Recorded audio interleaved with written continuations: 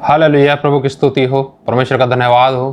परमेश्वर महान है, प्रियो, विश्वास योग्य है और प्रेम करने वाला परमेश्वर है।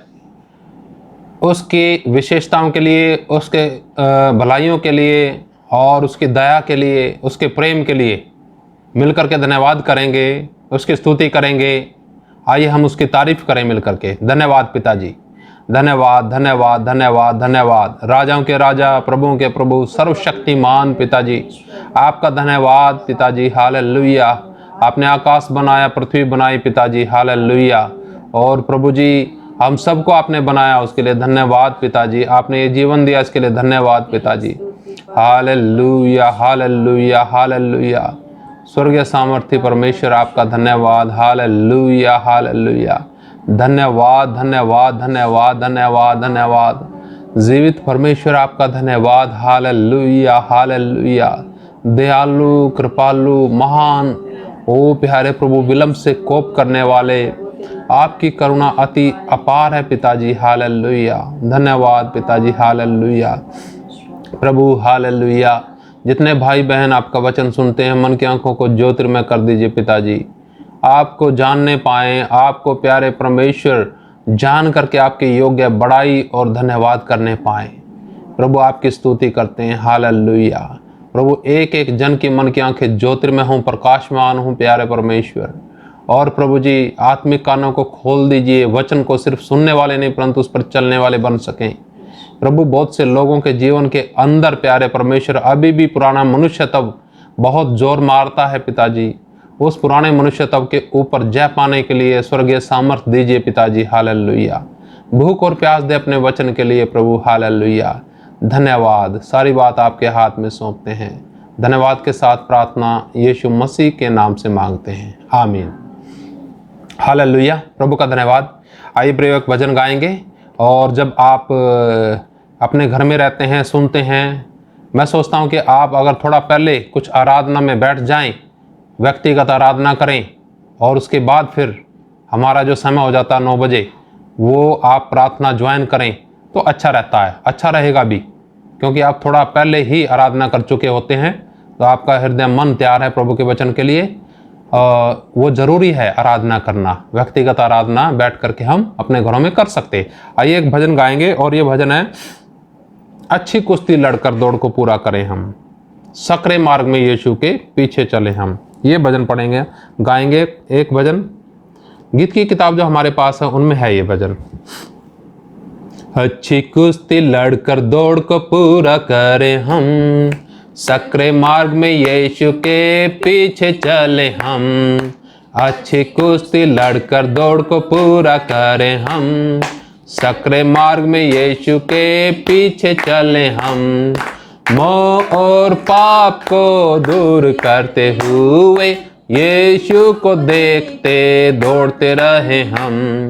मोह और पाप को दूर करते हुए यीशु को देखते दौड़ते रहे हम। दौड़ने के लिए बहुत तेरे निकल आते हैं, लेकिन थोड़े ही दौड़ को पूरा करते हैं। दौड़ने के लिए बहुत तेरे निकल आते हैं, लेकिन थोड़े ही दौड़ को पूरा करते हैं। मोह और पाप को दूर करते हुए यीशु को देखते दौड़ते रहे हम। मोह और पाप को दूर करते हुए यीशु को देखते दौड़ते रहे हम। पीछे की दुनिया की बातें भूलते हुए लक्ष्य की ओर आगे को दौड़ते रहे हम। पीछे की दुनिया की बातें भूलते हुए लक्ष्य की ओर आगे को दौड़ते रहे हम। मोह और पाप को दूर करते हुए यीशु को देखते दौड़ते रहे हम। मोह और पाप को दूर करते हुए यीशु को देखते दौड़ते रहे। इच्छा और लालसाओं को दबा के दौड़ें तो आशा किया हुआ इनाम जरूर पाएंगे। इच्छा और लालसाओं को दबा के दौड़ें तो आशा किया हुआ इनाम जरूर पाएंगे। मोह और पाप को दूर करते हुए यीशु को देखते दौड़ते रहे हम। मोह और पाप को दूर करते हुए यीशु को देखते दौड़ते रहे हम। हालेलुया, प्रभु का धन्यवाद। आइए प्रिय, प्रभु के वचन में चलते हैं। ज़्यादा समय ना लेते हुए सीधा हम प्रभु के वचन में चलेंगे। और एक जो आज हमारा विषय है बड़ा अद्भुत है और ऐसा विषय है जो आज के संदर्भ में बड़ा ही, इंग्लिश में कहते हैं रेलेवेंट है, यानी आज के संदर्भ में ज़रूर हमसे वो बात करेगा। वो विषय है प्यासा मन। उसके ऊपर हम प्रभु के वचन में देखते हैं क्या है इस बारे में, परमेश्वर का वचन क्या कहता है ऐसे मन के लिए जो प्यासा मन है। हम देखेंगे यूहन्ना रचित सुसमाचार और उसका 4 अध्याय। ये एक बड़ी ही मशहूर कहानी, यहाँ पर कहानी क्या कहूँगा, घटना घटी है। इसको कहते हैं यीशु मसीह जी और सामरी स्त्री। ये घटना इनके बीच में है। तो हुआ क्या, जब यीशु मसीह जी क्या हुआ, सुखार देश में आए। सुखार जो नगर है वो जो है ना, वहाँ पर आए। 5वें वचन से पढ़ेंगे तो ऐसा लिखा है, इसलिए वह सुखार नामक सामरिया के एक नगर तक आया। सुखार नामक सामरिया के एक नगर तक आया जो उस भूमि के पास है जिसे याकूब ने अपने पुत्र को दिया था, और याकूब का कुआं भी वहीं था। अतः यीशु मार्ग का थका हुआ उस कुएं पर यूं ही बैठ गया, और बात 6 घंटे के लगभग हुई। इस प्रकार से यहाँ से बात शुरू होती है। और यहाँ पर ये घटना का जिक्र हम देखने जा रहे हैं जिसमें यीशु मसीह और सामरी स्त्री के बीच में वार्तालाप होता है। सुनिए, देखिए क्या लिखा है। इतने में एक सामरी स्त्री जल भरने आई। यीशु ने उससे कहा, मुझे पानी पिला, क्योंकि उसके चेले तो नगर में भोजन मोल लेने को गए थे। उस सामरी स्त्री ने उससे कहा, तू यहूदी होकर मुझ सामरी स्त्री से पानी क्यों मांगता है? क्योंकि यहूदी सामरियों के साथ किसी प्रकार का व्यवहार नहीं रखते। यीशु ने उत्तर दिया, यदि तू परमेश्वर के वरदान को जानती और यह भी जानती कि वह कौन है जो तुझसे कहता है मुझे पानी पिला, तो तू उससे मांगती और वह तुझे जीवन का जल देता। स्त्री ने उससे कहा, हे प्रभु, तेरे पास जल भरने को तो कुछ है भी नहीं और कुआं गहरा है, तो फिर वह जीवन का जल तेरे पास कहाँ से आया? क्या तू हमारे पिता याकूब से बड़ा है जिसने हमें यह कुआं दिया और आप ही अपनी संतान और अपने पशुओं समेत इसमें से पिया?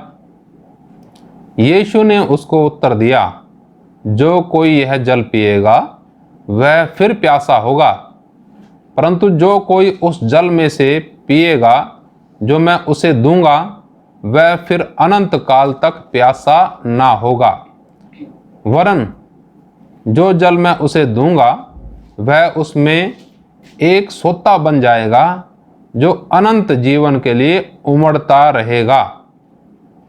स्त्री ने उससे कहा, हे प्रभु, वह जल मुझे दे ताकि मैं प्यासी न होऊं और न जल भरने को इतनी दूर आऊं।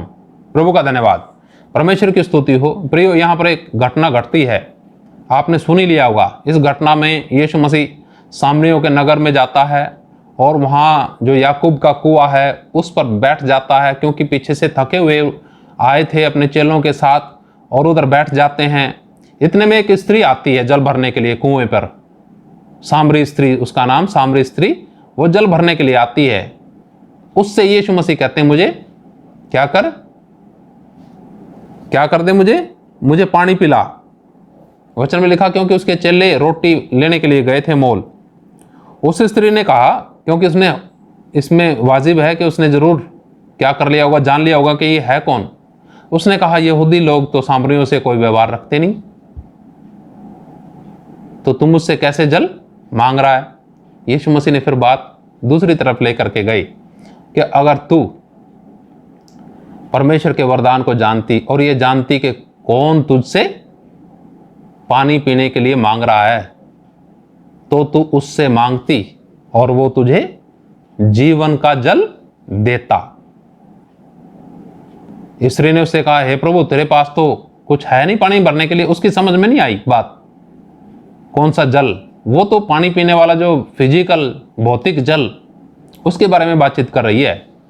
पर यीशु मसीह तो किसी और विषय में बातचीत कर रहे हैं, उस जल के विषय में बातचीत कर रहे हैं जो जल यीशु के अलावा कोई दे ही नहीं सकता।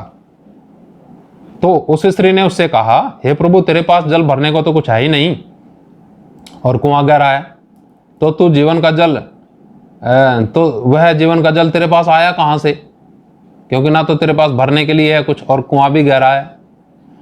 तब क्या बोला? यीशु मसीह ने उसको उत्तर दिया कि जो कोई यह जल पिएगा जिसे वो भरने के लिए आई थी, वो फिर प्यासा होगा, परंतु जो कोई उस जल में से पिएगा जो मैं उसे दूंगा, वो फिर कभी, लिखा, अनंत काल तक प्यासा ना होगा। कब तक? अनंत काल तक। ये कौन सा जल है जिसे यीशु मसीह उस सामरी स्त्री को देना चाहते थे? उसे सामरी स्त्री को समझ से बाहर था ये बात। तो उसने एकदम से आखिर में बोला कि क्या कर प्रभु, मुझे भी क्या कर वह जल दे, ताकि मैं क्या हूं, प्यासी ना हूं और फिर जल भरने को इतनी दूर ना आऊं। उसको तो अपनी समस्या नजर आ रही थी। प्रियो, आज हम देखते हैं जो भी लोग विश्वास में आते हैं वो अपनी समस्याओं को लेकर के आते हैं, परंतु जो सेवक लोग हैं, जो परमेश्वर के द्वारा नियुक्त किए हुए हैं, उनकी मैं बात नहीं कर रहा, क्योंकि वो परमेश्वर के आत्मा के द्वारा अगुवाई प्राप्त करके लोगों से बातचीत करते हैं।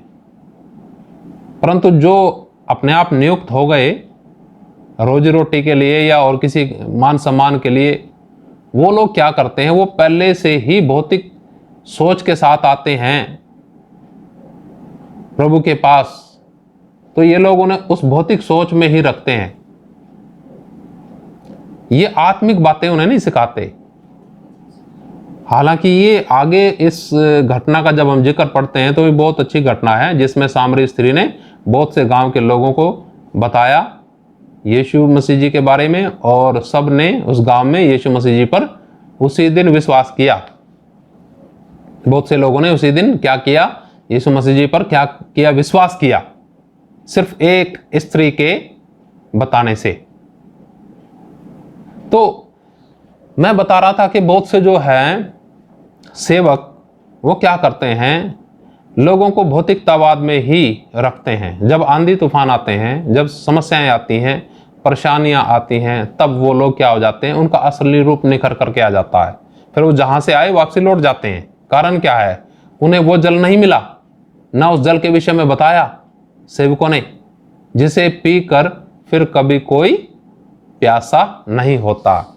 हालेलुया। प्रियो, वो जल यीशु मसीह देने के लिए आए। उसने उस औरत की बातों पर गौर ना दे करके अपने पास जो था, प्रभु के पास जो देना चाहते थे, उसके ऊपर बातचीत करी। आज क्या करते हैं? हम कोशिश करते हैं कि लोगों की समस्याएं क्या हो जाएं? समाधान हो जाएं। अपने बुद्धि के द्वारा हो जाती हैं, फिर खड़ी हो जाएंगी समस्याएं। परंतु असली एक जो समस्या का समाधान करने वाला ही मिल जाए, फिर समस्याएं आए या कुछ भी आए, कुछ नहीं बिगाड़ सकती वो। क्योंकि वो क्या करता है? वो चीज देता है जिसे दुनिया नहीं दे सकती। वो है जीवन का जल। कौन सा जीवन? ये जीवन नहीं। इस जीवन से फिर ध्यान हटते हटते हटते उस जीवन पर जाना शुरू हो जाता है, जिसका कभी भी अंत नहीं होता। हालेलुया। कितना बड़ा सौभाग्य है हमारा। परमेश्वर ने आपको और हमें यीशु मसीह जी के द्वारा वो जीवन का जल दिया। और एक और खास बात इधर बताई, यीशु मसीह जी ने बताया कि जो मैं जल तुझे दूंगा, उसे पीकर तो अनंत काल तक क्या नहीं होगी? प्यासी नहीं होगी। और दूसरा, जो जीवन के जल को पीता है उसके हृदय में से जीवन के जल की नदियां बह निकलती हैं। अब आप समझ रहे हैं परमेश्वर का राज क्या है, परमेश्वर का जो यीशु मसीह के ऊपर जो विश्वास करते हैं उसका अर्थ क्या है। ज्यादातर लोग क्या करते हैं, निष्क्रिय हो गए। निष्क्रिय समझते हैं? निष्क्रिय का मतलब कुछ उनके जीवन के अंदर कार्य है नहीं परमेश्वर का। जय मसीह हालेलुया हालेलुया तारीफ सारी चीज करते हैं, परंतु उनके अंदर से वो जल जिसको जो लोगों को जीवन देता वो निकलता ही नहीं। यहां पर बताया प्रभु यीशु मसीह जी ने 14 वचन में, पर जो कोई उस जल में से पिएगा जो मैं उसे दूंगा वह फिर अनंत काल तक प्यासा ना होगा। एक बात तो ये, दूसरी बात, वरन जो जल मैं उसे दूंगा वह उसमें एक सोता बन जाएगा। हालेलुया। सोता समझते हैं, एक झरना बन जाएगा, झरना, बहता झरना बन जाएगा। जो लिखा है वचन के अंदर, अनंत जीवन के लिए उमड़ता रहेगा। किसके लिए उमड़ेगा वो? अनंत जीवन के लिए। अनंत जीवन तो मिल गया, जिसको जीवन ये जल दे दिया यीशु मसीह जी ने, उसको अनंत जीवन तो मिल गया। पर वो अनंत जीवन एक व्यक्ति तक सीमित नहीं रहता है, इसलिए प्रभु बुलाते हैं कि आओ मेरे पास, मैं तुम्हें वो जल दूंगा जिसको पीकर तुम्हारी प्यास भी बुझेगी और बहुत से लोग क्या करेंगे, अनंत जीवन भी प्राप्त करेंगे। हालेलुया। प्रभु का धन्यवाद। इस जो घटना है ये सामरी स्त्री के विषय में हम और किसी दिन भी देखेंगे। आज हम सिर्फ प्यासे मन के बारे में देख रहे हैं। ये स्त्री का मन प्यासा था, इसमें कोई शक नहीं। क्या आपका भी मन प्यासा है प्रभु के लिए, या संसारिकता के लिए, शारीरिकता के लिए, दुनिया के आकर्षण के लिए, सारी चीजों के लिए प्यासा है? तो ये प्यास जो अगर थोड़ी बहुत भी है वो भी खत्म हो जाएगी। इसलिए जो व्यक्ति प्यासा है वो ही जल जो है ना, जल, वो ही जल की कीमत जानता है, दूसरा नहीं। इसलिए प्यासा मन होना अति आवश्यक है। ये स्त्री प्यासी थी, जब भी जल भरने के लिए उधर आई। क्या आप भी प्यासे हैं? किस बात के प्यासे हैं? आइए थोड़ा और पढ़ते हैं। हम जाएंगे यशाया नबी की किताब और उसका 55 अध्याय और उसका 1 वचन पढ़ेंगे। 55 का 1। यहां पर वचन में ऐसा लिखा है, 1 वचन में ऐसा लिखा है, अहो सब प्यासे लोगों पानी के पास आओ, और जिनके पास रुपया ना हो तुम भी आकर मोल लो और खाओ, दाखमधु और दूध बिना रुपये और बिना दाम ही आकर ले लो। हालेलुया। प्रिय प्रभु बुलाते हैं, कहते हैं कि आओ प्यासे लोगों। कौन से लोगों? अहो सब प्यासे लोगों, उनको बुलाते हैं। अब ये प्यास है किस चीज की? जीवन के अंदर प्यास किस चीज की है? भौतिक वस्तुओं की अगर प्यास है प्रियो, हमेशा प्यास लगती रहेगी। पर एक व्यक्ति जिसको प्यास है अनंत जीवन की, उस जीवन की जो कभी समाप्त ना हो, तो आप बिल्कुल सही जगह हो। आपके लिए ही ये बुलाहट है, मेरी तरफ से नहीं है, परमेश्वर की तरफ से है। परमेश्वर कहता है, अहो सब प्यासे लोगों आओ मेरे पास, आओ मेरे पास, मैं तुम्हारी प्यास बुझाऊंगा। कौन है ऐसा जो कहता है कि आओ मेरे पास, मैं तुम्हारी प्यास बुझाऊंगा और तुम तृप्त हो जाओगे, और तुम्हें ही सिर्फ अनंत जीवन नहीं मिलेगा, परंतु जिसको तुम इस जल को दोगे उसे भी क्या मिलेगा? अनंत जीवन मिलेगा, वो भी अनंत काल तक, फिर कभी प्यासा ना होगा। हालेलुया। प्रभु का धन्यवाद। यहां पर प्रभु बुलाते हैं। एक जगह और हम देखेंगे प्रियो, जल्दी से निकाल लीजिएगा। प्रकाशित वाक्य 21 अध्याय उसका 6 वचन। प्रकाशित वाक्य 21 अध्याय उसका 6 वचन देखिएगा क्या लिखा है इधर। 21 का 6 में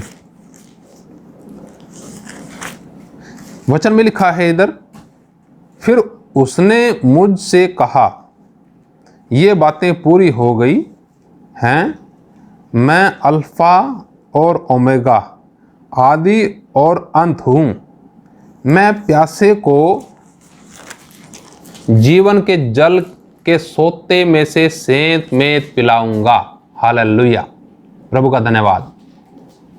यहां पर परमेश्वर का आत्मा के द्वारा यह वचन लिखवाया गया। परमेश्वर कहता है कि मैं जीवन के जल के सोते में से क्या पिलाऊंगा? सेंत मेत। सेंत मेत का होता है मतलब फ्री, मुफ्त, कोई दाम नहीं। जैसा अभी हमने पढ़ा ना कि जिसके पास नहीं है कुछ, आ जाओ ले लो, वो भी ले लो। ठीक है, लिखा तो उधर है जरूर कि अहो सब प्यासे लोगों पानी के पास आओ, और जिनके पास रुपया ना हो तुम भी आकर मोल लो।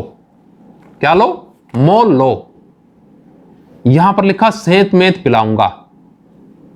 प्रियो, ये दोनों बात कंट्राडिक्टरी नहीं है, ये दोनों बात विरोधाभासी नहीं है, ये दोनों बात बिल्कुल सही हैं। जीवन का जल मुफ्त और सेंत मेत है, परंतु प्रियो इसके लिए यत्न करना अति आवश्यक है। बिना यत्न के, बिना कोशिश के, कोशिश क्या करेंगे हम उसके लिए? सोचिए, इसने सामरी स्त्री ने क्या कोशिश करी थी? वो मुफ्त देता है पर कहता है कि प्यासे लोगों, ये चीज है अंदर, ये चीज होनी चाहिए। कौन से लोगों? प्यासे लोगों। है सबके लिए जल, उसमें कोई शक नहीं।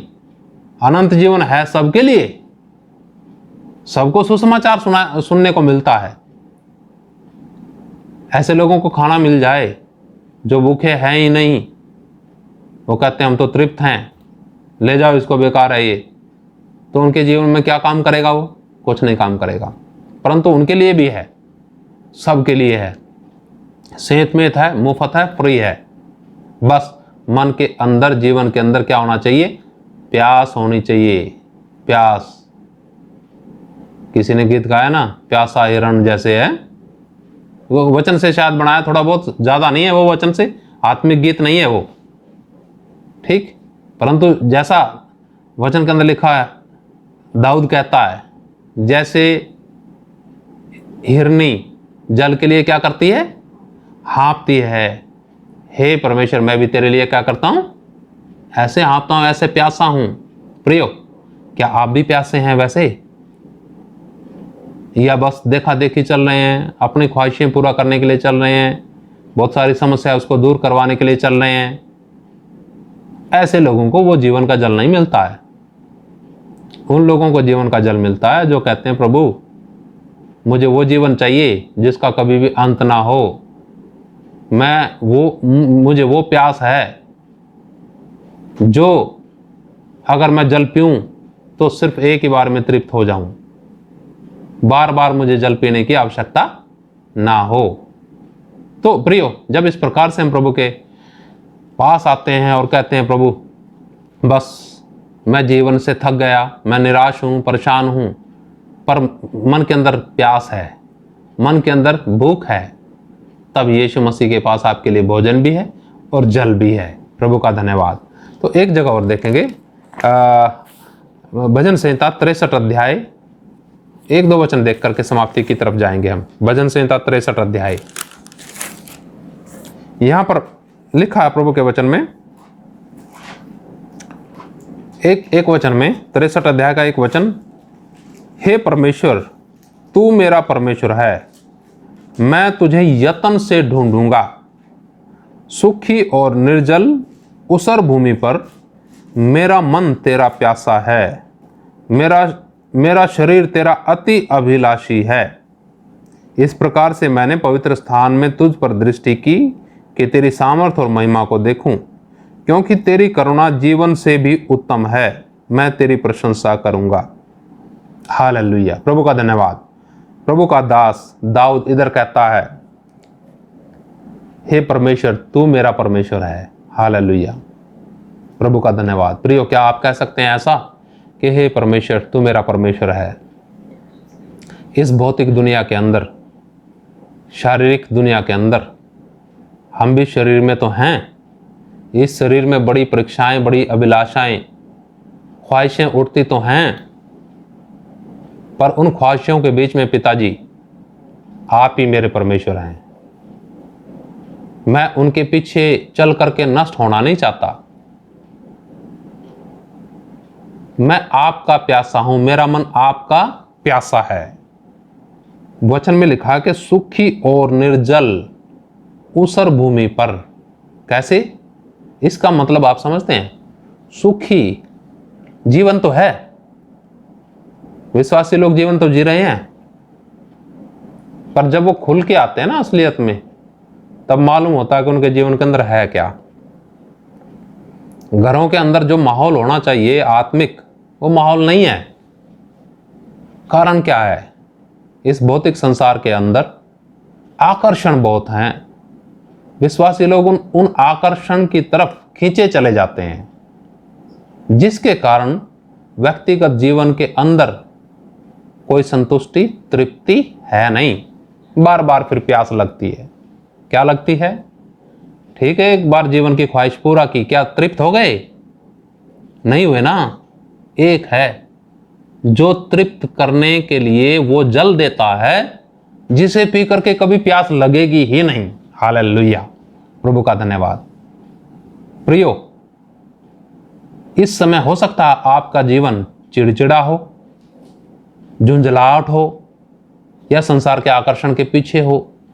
जैसा प्रभु का दास इधर कहता है कि सूखी और निर्जल ऊसर भूमि पर, यानी जल नहीं है उधर, निर्जल सूखी भूमि है। मेरा हृदय ऐसा है, सूखी भूमि है, उस पर मेरा मन क्या है?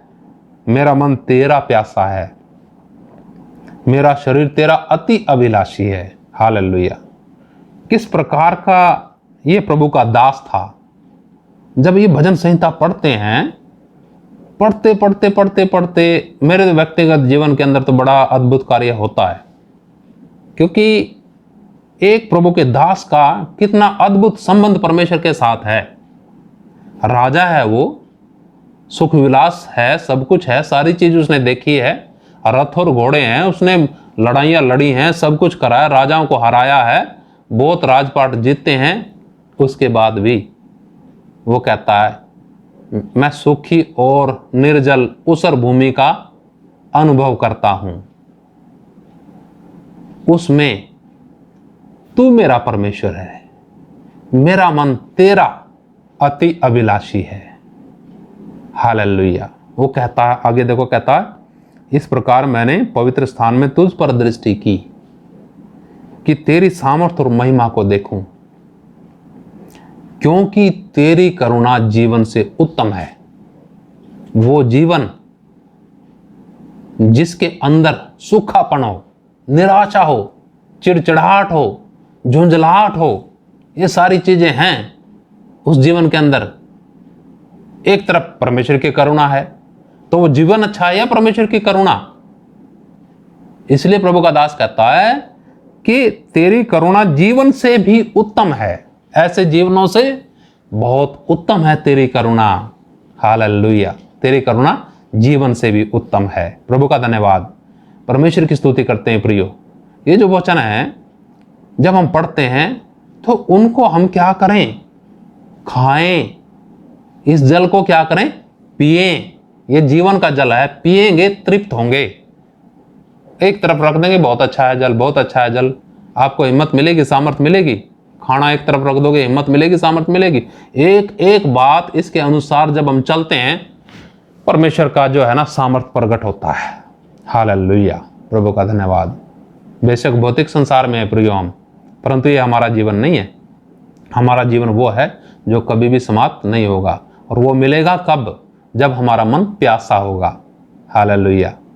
प्रभु ने आप लोगों को दिया है वो जीवन, अनंत काल का जीवन दिया है, पर वो उमड़ने वाला जीवन है कहां? जिसे यीशु मसीह कहते हैं कि उनमें से जो जीवन के जल का सोता है अनंत काल तक उमड़ता रहेगा। उमड़ रहा है क्या? दूसरे लोग उसमें से पी रहे हैं क्या? अगर नहीं पी रहे हैं तो अभी आपने खुद नहीं पिया, अभी आपके पास है नहीं वो। अगर है तो दूसरे जरूर पिएंगे और वो भी तृप्त होंगे, वो भी जीवन पाएंगे। प्रभु का धन्यवाद। परमेश्वर के इन वचनों के लिए धन्यवाद करते हैं प्रियो। इन वचनों के ऊपर मनन कीजिए। इन वचनों का मतलब यह है कि वो जीवन का जल हमें देता है सेंत मेत, फ्री में उसने उद्धार दिया, फ्री में अनंत जीवन दिया। पर जब हम उस पर चलते हैं ना, उसके रास्ते पर, प्रभु पर, वहां लिखा ना कि मोल ले लो। उसका मतलब यह है कि कीमत भी उसकी देनी पड़ेगी। अनंत जीवन की कीमत नहीं है, अनंत जीवन के मार्ग पे चलने की कीमत जरूर है। एक एक कदम की कीमत चुकाने के लिए जो तैयार है, कौन चुकाएगा कीमत? वो चुकाएंगे कीमत जो अपनी अभिलाषा पूरी करने के लिए इस मसीह के पीछे चले, जो अपनी मनोकामनाओं के लिए आते हैं, प्रार्थनाओं के लिए, इसके लिए प्रार्थना कर देना, उसके लिए प्रार्थना कर देना, इन बातों के लिए प्रार्थना कर देना। वो जब समस्याएं आएंगी, कीमत चुकाने के लिए तैयार होंगे, भाग जाएंगे। वो बोलेंगे कौन पहले ही ठीक था, मैं तो इस परमेश्वर के पीछे चल करके तो समस्याएं आ गई। ऐसी ऐसी बातें लोग कौन करेंगे? वही जिन्होंने वास्तव में जीवन का जल नहीं पिया। जिसने जीवन का जल पी लिया, वो जीवन का जल उमड़ता रहेगा। हालेलुया, प्रभु का धन्यवाद। आइए हम प्रभु का धन्यवाद करेंगे। धन्यवाद पिताजी, हालेलुया, धन्यवाद धन्यवाद। स्वर्गीय सामर्थी पिताजी, आपका धन्यवाद करते हैं उस जल के लिए जो आपने दे दिया हम सबको। जितने ये वचन सुन रहे हैं पिताजी, हमारा विश्वास है उनके पास भी आपने, उनको भी आपने जीवन का जल दिया, परंतु आपके लिए भूखे रहने के लिए, वचन के लिए भूख और प्यास हमेशा प्यारे प्रभु इनकी बनी रहे, ताकि ये जब भी प्यारे प्रभु प्यास लगे वो जल आप दें जिससे पीकर ये तृप्त हो सकें। प्यारे प्रभु जी, संसारिकता के लिए वो जल नहीं है, शारीरिकता के लिए वो जल नहीं है, हम जानते हैं पिताजी, वो उनके ऊपर जय पाने के लिए जल है। धन्यवाद पिताजी, सारी बातों के लिए धन्यवाद करते हैं। एक एक भाई बहन की मन की आंखों को ज्योतिर्मय कर दीजिए। हमारा विश्वास है आज के वचन के द्वारा आपने अपने बच्चों के साथ बातचीत की है। धन्यवाद पिताजी, सब कुछ आपके हाथ में सौंपते हैं। धन्यवाद के साथ प्रार्थना यीशु मसीह के नाम से मांगते हैं, आमीन। प्रभु का धन्यवाद। प्रभु आप सबको आशीष दे। फिर मिलेंगे कल। जब तक इन वचनों के ऊपर आप मनन कीजिएगा। जय मसीह की। मारना था।